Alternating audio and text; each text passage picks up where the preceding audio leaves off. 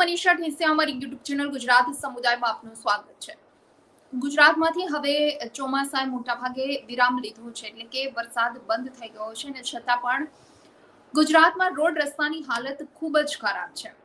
હજારો કરોડો રૂપિયાનો ટેક્સ ગુજરાત સરકાર દ્વારા રોડને લઈ વસૂલવામાં આવે છે અને છતાં પણ રોડમાં જાણે કે સરકારની પોલમ પોલ છતી થઈ હોય એ પ્રકારે ન માત્ર ગ્રામ્ય વિસ્તાર, ન માત્ર તાલુકા લેવલ, જિલ્લા લેવલ, સ્ટેટ હાઈવે કે નેશનલ હાઈવેની સ્થિતિ પણ અત્યારે એટલી બદતર છે કે લોકો ખૂબ જ હેરાન થઈ રહ્યા છે।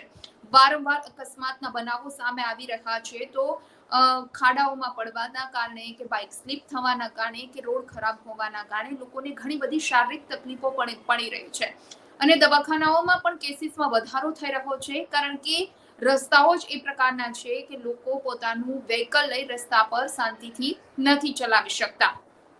એટલે કહી શકાય કે કરોડો રૂપિયાનો ટોલ છતાં રોડમાં ક્યાંક ને ક્યાંક પોલમ પોલ જોવા મળી રહી છે અને હવે જનતા જાગૃત થઈ છે, એટલે જનતા હવે કોઈ જ વસ્તુ નથી ચલાવી લેતી। ખરાબ રોડ રસ્તા મુદ્દે હવે ઠેર ઠેર વિરોધ પ્રદર્શન થઈ રહ્યા છે અને રેલીઓ યોજી પ્રદર્શન કરવામાં આવી રહ્યા છે। ક્યાંક કલેક્ટરને આવેદનપત્ર આપવામાં આવી રહ્યા છે, મામલતદારને આ મુદ્દે આવેદનપત્ર આપવામાં આવી રહ્યા છે અને ઘણી બધી જગ્યાએ લાગતા વળગતા અધિકારીઓને રજૂઆત જનતા દ્વારા કરવામાં આવી રહી છે, કારણ કે હવે લોકોએ પણ સરકાર સામે મોરચો એટલા માટે માંડ્યો છે કારણ કે તમને ટેક્સ પે કરે છે અને છતાં પણ જનતાને સારા રોડ નથી મળતા। આ એક વર્ષની વાત નથી, દર વર્ષે ચોમાસામાં આ જ પરિસ્થિતિ ઊભી થાય છે અને ગુજરાતમાં વરસાદ બાદ મોટા ભાગના રોડ રસ્તા ખખડધજ થઈ જતા હોય છે।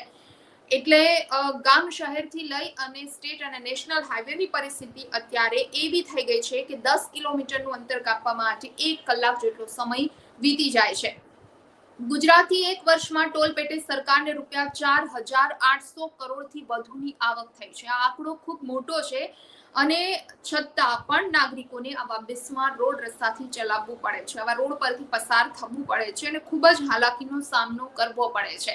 ખરાબ રસ્તા મામલે નાગરિકોનો રોષ એટલો બધો ભભૂકી ઉઠ્યો છે કે તમામ શહેરોમાં હવે જનતા રોડ પર આવી છે અને ખાસ કરી વિરોધ કરી રહી છે। તો જન આંદોલન દ્વારા સરકાર સામે મોરચો માંડવામાં હવે આવી રહ્યો છે।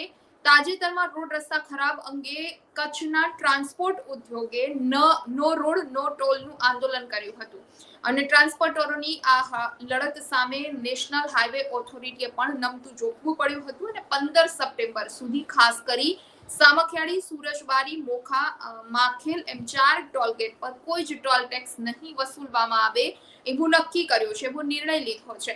દર વર્ષે ચોમાસામાં આ સ્થિતિ છે। ચોમાસા બાદ ખખડી જતા રસ્તા સામે લોકોમાં હવે ભારે નારાજગી પ્રવર્તી રહી છે।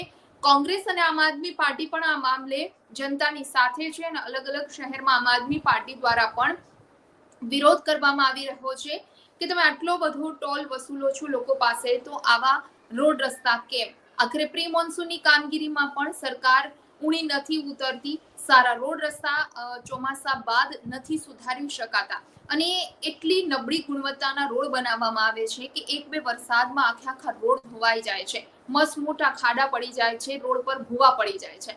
એટલે પરિસ્થિતિ એટલા માટે ખરાબ થાય છે કે તમે સારી ક્વોલિટીના રોડ નથી બનાવી શકતા। કોન્ટ્રાક્ટરો હજારો કરોડો રૂપિયાનો ભ્રષ્ટાચાર કરે છે અને એ અંગે જોવા વાળું જાણે કોઈ જ નથી અને સરકાર બજેટ ફાળવી દેતી હોય છે અને ત્યારબાદ જનતા માટે કેવા રોડ તૈયાર થાય છે, કેવી ગુણવત્તાના રોડ બને છે, કેવી ગુણવત્તાનો ડામરિયા વાપરવામાં આવે છે, એ ચકાસણી કોણ કરશે?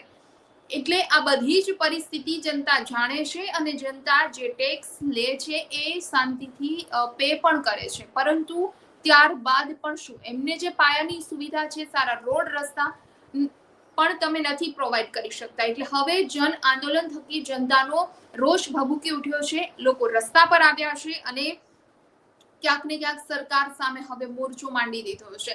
લોકોનું કહેવું છે કે રોડ નહીં ત્યાં સુધી ટોલ નહીં, તમે ટોલ શું કામ વસૂલો છો? અમને સારા રોડ નથી પ્રોવાઈડ કરી શકતા। નાના નાના શહેરોમાં પણ છેલ્લા 4-5 દિવસથી રોડ રસ્તા અંગે આંદોલન કરી રહ્યા છે, વિરોધ કરવામાં આવી રહ્યો છે, રેલી મારફતે ખાસ કરી વિરોધ કરાઈ રહ્યો છે કે જલ્દીથી જલ્દી જે પણ રસ્તાઓ ખરાબ થયા છે એ રસ્તાઓને રિપેર કરવામાં આવે। છેલ્લા એક સપ્તાહથી ગુજરાતના મોટા ભાગના સ્થળોએ વરસાદે વિરામ લીધો છે અને છતાં પણ 127 રોડ હજુ વાહન વ્યવહાર માટે બંધ છે।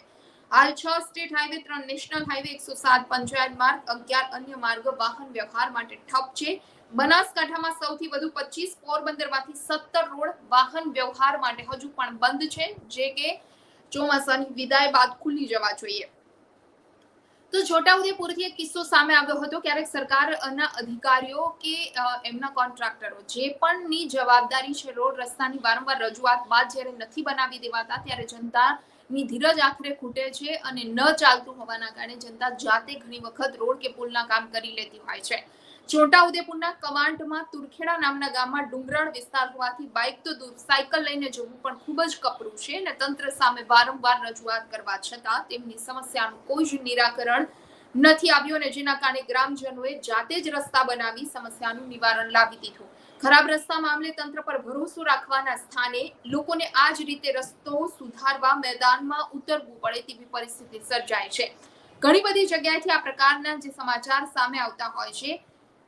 દેશમાં જે પણ રાજ્યો સૌથી વધારે ટોલ ટેક્સ વસૂલે છે, જે પણ સરકાર અને જનતા ટોલ ટેક્સ ચૂકવે છે, તેમાં ઉત્તર પ્રદેશ સૌથી મોખરે છે, ત્યારબાદ રાજસ્થાન, મહારાષ્ટ્ર અને ચોથા નંબરે ગુજરાતનું સ્થાન છે. ગુજરાત 4,851 કરોડ રૂપિયાનો ટોલ ટેક્સ વસૂલે છે અને જનતા આ ટેક્સ ચૂકવે છે, પરંતુ સામે જનતાને જે સુવિધા, સારા રોડ રસ્તા મળવા જોઈએ એ સરકાર પ્રોવાઈડ નથી કરી શકતી. સરકાર તરફથી જનતાને જરા પણ સંતોષલાયક કામગીરી થતી હોય એવું નથી લાગતું. ખરાબ રસ્તા ત્રાહિમામ પોકારી ચૂકેલા નાગરિકો છેવટે સ્વયંભૂ લડત આરંભી તંત્ર સામે હવે મોરચો માંડ્યો છે. કચ્છના ટ્રાન્સપોર્ટ ઉદ્યોગે ખરાબ રસ્તા મુદ્દે નો રોડ નો ટોલનું આંદોલન કરતા ભચાઉ સુધી જે 30 કિલોમીટરમાં એક બાજુ હજારો વાહન થોભી ગયા હતા અને આખરે નેશનલ હાઈવે ઓથોરિટીએ નમતું જોખતા આપણે વાત કરીએ પ્રમાણે 15 સપ્ટેમ્બર સુધી સામખિયાળી, સુરજબારી, મોખા, માખેલમાં ટોલ નહીં વસૂલવાની જાહેરાત કરી હતી. આણંદના ઉમરેઠ તરફ જવા માટેના સિકોદરાથી સરસા સુધીના ખગડધંજ રસ્તાથી કંટાળી 7 ગામના લોકોએ રસ્તા રોકો આંદોલન કર્યું હતું અને નવો રોડ બનાવવા માટેની માંગણી કરી હતી. પાટણમાં પણ આ જ પરિસ્થિતિ કે જે ટોલ ઉઘરાવે છે તેની સામે કાર ચાલકો અને તેમના પરિવારે વાંધો ઉઠાવ્યો હતો કે આવા રોડ રસ્તા પર અમે ચાલીએ છીએ, એના માટે અમે ટોલ નહીં આપીએ. એટલે ક્યાંક ને ક્યાંક હવે લોકો જે રીતે રસ્તા પર ઉતરી આવ્યા છે અને લોકોની માંગ છે કે સારા રોડ રસ્તા કરો તો જ અમે ટોલ આપીશું, અને ઘણી વખત નેશનલ ઓથોરિટીએ પણ તેની સામે નમતું જોખવું પડતું હશે, જે કચ્છ જિલ્લામાંથી સામે આવ્યું છે. તો બીજી એક વાત એ પણ સામે આવી રહી છે ખરાબ રોડ રસ્તા મામલે કે મસમોટા ખાડામાં વાહન પટકાતા લોકોમાં શારીરિક તકલીફોનું પ્રમાણ ખૂબ જ વધી ગયું છે. આવા ખાડાઓના કારણે કમરનું દર્દ વધ્યું. હોસ્પિટલમાં દરરોજ 150 થી 200 દર્દીઓની આ જ મામલે ઓપીડી થઈ રહી છે. કમર, પીઠ, ગળા, પગમાં દુખાવાની ફરિયાદો, અયોગ્ય પેચ વર્કના કારણે ખૂબ જ તકલીફ પડી રહી છે. કારણ કે બાઇક ચાલકોને ઘણી વખત પાણી ભરેલું હોય છે, એની અંદર ખાડા હોય છે, એ દેખાતા નથી ઓવર સ્પીડના કારણે, અને ખાડાઓના કારણે લોકોના બાઇક પટકાતા હોય છે અને ઈજા પહોંચતી હોય છે. એટલે હોસ્પિટલ્સમાંથી જે રિપોર્ટ સામે આવ્યો છે એમાં પણ એ જ વાત સામે આવી છે કે કમર, પીઠ, ગળા અને પગના દુખાવાની ફરિયાદો, ફ્રેક્ચરના કેસીસમાં વધારો થયો છે અને દરરોજ 150 થી 200 જેટલી દર્દીઓની આ જ મામલે હોસ્પિટલમાં ઓપીડી થઈ રહી છે. એટલે હવે લોકો ક્યાંક ને ક્યાંક સરકાર સામે વિનંતી સરકારને કરી રહ્યા છે કે તાત્કાલિક ધોરણે ખરાબ થયેલા રોડ રસ્તાને યોગ્ય કરો, અને જો યોગ્ય નહીં કરવામાં આવે તો લોકો દ્વારા જન આંદોલન છે, જે વિરોધ છે, જે પ્રદર્શન છે, એ યથાવત રાખવામાં આવશે. કારણ કે લોકો જો કરોડો રૂપિયાનો ટેક્સ ચૂકવે છે એટલે એને સારા રોડ રસ્તા ગુજરાતમાં હોવા જોઈએ, એ જનતાનો હક છે અને સરકારને આપવા જોઈએ, એ સરકારની ફરજ છે. પરંતુ છતાં પણ સરકાર એમાં નથી ઉતરી અને કરોડો રૂપિયાનો ટોલ છતાં રોડમાં પોલમ પોલ એવું કહી શકાય. કારણ કે ક્યાંય અત્યારે સારા રોડ રસ્તા ગુજરાતમાં અમુક હાઈવેને બાદ કરતા તમામ હાઈવેની પરિસ્થિતિ ખરાબ છે, કારણ કે નબળી ગુણવત્તાનું મટીરિયલ્સ આવા રોડ રસ્તા બનાવવા માટે વાપરવામાં આવે છે. એટલે એક ચોમાસા બાદ દર વખતે આ પરિસ્થિતિ ઊભી થાય છે, જે આ વખતે પણ થઈ છે, અને એટલા માટે છેલ્લા 4-5 દિવસથી તમામ શહેરોમાં જન આંદોલન, લોકોનો રોષ સરકાર સામે ભભૂકી ઉઠ્યો છે. ચર્ચામાં અત્યારે બસ આટલું જ. આવતીકાલે કોઈ નવા સમાચાર સાથે જોડાશું. આજનો આ ટોપિક આપને પસંદ આવ્યો હોય તો વિડીયો લાઈક અને શેર કરવાનું ભૂલશો નહીં, અને ખાસ અમારી ચેનલ ગુજરાત સમુદાયને આપ સબસ્ક્રાઇબ કરી લેશો. નમસ્કાર.